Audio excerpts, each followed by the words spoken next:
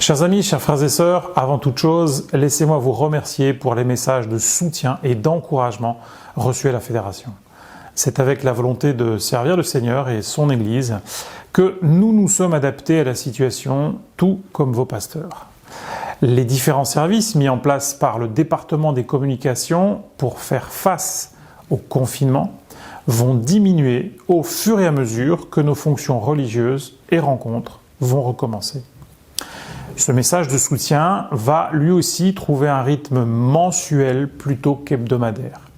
Il est normal et précieux que l'attention de chacun soit recentrée sur la vie communautaire locale. L'épisode biblique que j'aimerais évoquer avec vous cette fois se trouve dans le premier livre des Rois, chapitre 19. Nous retrouvons là le prophète Élie, après l'épisode de reconsécration du peuple d'Israël au mont Carmel et la fuite qui s'ensuit devant les menaces de mort de la reine Jézabel. Élie traverse un moment de profonde crise vocationnelle et spirituelle. L'Éternel se révèle alors à son serviteur dans cette magnifique manifestation d'un souffle doux et léger, quasi imperceptible, traduiront certains. J'attire ici votre attention sur le dialogue qui suit cette douce et guérissante rencontre. Élie est abattu et découragé, mais l'Éternel lui redonne confiance en lui. Il lui donne une nouvelle mission, il lui fixe des objectifs précis, et il le fait seconder par un collaborateur précieux, le prophète Élisée. Quand Élie objecte qu'il est resté, lui, seul, fidèle en Israël, Dieu lui révèle que 7000 personnes n'ont pas plié le genou devant les faux dieux, ni abandonné leur foi devant les menaces de mort de la reine, comme lui. Quelle belle leçon de fidélité, mais aussi d'autonomie. En effet, après les entreprises destructrices de la reine, il n'y a plus de culte au temple, plus de sacrificateurs fidèles, ni de prophètes non plus.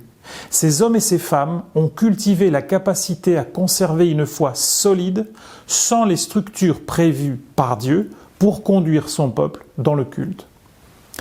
Que l'Esprit du Seigneur nous guide et nous instruise afin de tirer les leçons de cette période de confinement. Je dois me poser la question de mon autonomie spirituelle. Suis-je en capacité de prendre soin de ma foi et de ma relation avec Dieu en temps de crise? Enfin, le temps de nous réorganiser a sonné. Dès sabbat prochain, nous pouvons réinvestir nos lieux de culte pour nos rencontres. Soyons prudents et respectueux des normes de sécurité sanitaire en vigueur. Plusieurs d'entre vous restent sceptiques. Nous vous invitons à dépasser les peurs ou certaines habitudes confortables. Retrouvons le chemin de nos assemblées. Même si dans un premier temps, par prudence, nous pouvons recommencer avec la réunion de prière ou un début de sabbat. Rappelons-nous que le lien virtuel ne remplace jamais la rencontre fraternelle. Le Christ a laissé la sécurité des cieux pour se mêler à une humanité contaminée. Ces longues semaines d'absence ont généré une fragilité budgétaire localement et en fédération. Nous vous invitons à prendre contact avec votre trésorier ou votre pasteur. Soyons les bons administrateurs des bienfaits dont notre Seigneur nous comble. Voici deux très belles initiatives que j'aimerais vous présenter. La communauté de Valence et son pasteur, Stéphane Le Guilcher, sont à l'origine d'une collection de psaumes du confinement, écrits par les membres de la communauté. Ils y expriment leur foi, leurs louanges et leurs besoins pendant cette période. Le département des communications souhaiterait élargir ce recueil à toute la fédération et vous invite à envoyer vos textes à la responsable du département. Que l'Esprit du Seigneur guide vos émotions, réflexions et plumes. Vous verrez après ce message une vidéo explicative. Visitez le site fédéral pour plus d'informations. Le département de la jeunesse, quant à lui, en partenariat avec l'Union, lance la production de jeux bibliques pour les débuts de sabbat en famille. Retrouvez sur le site fédéral Ludi et Ludo qui vous expliqueront comment commencer le sabbat ensemble, dans la joie, le plaisir, en s'amusant de façon saine et constructive.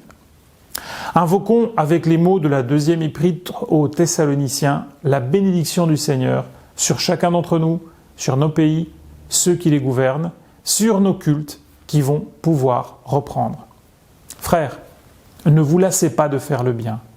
Que le Seigneur de la paix vous donne lui-même la paix en tout temps et en toute manière.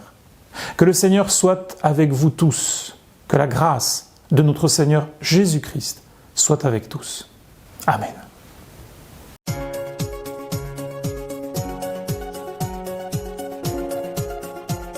Réveillez le psalmiste qui est en vous.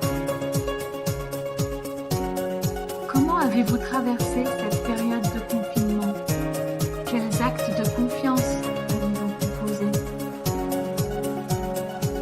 Laissez vivre votre spiritualité, vos émotions à travers l'écriture d'un psaume.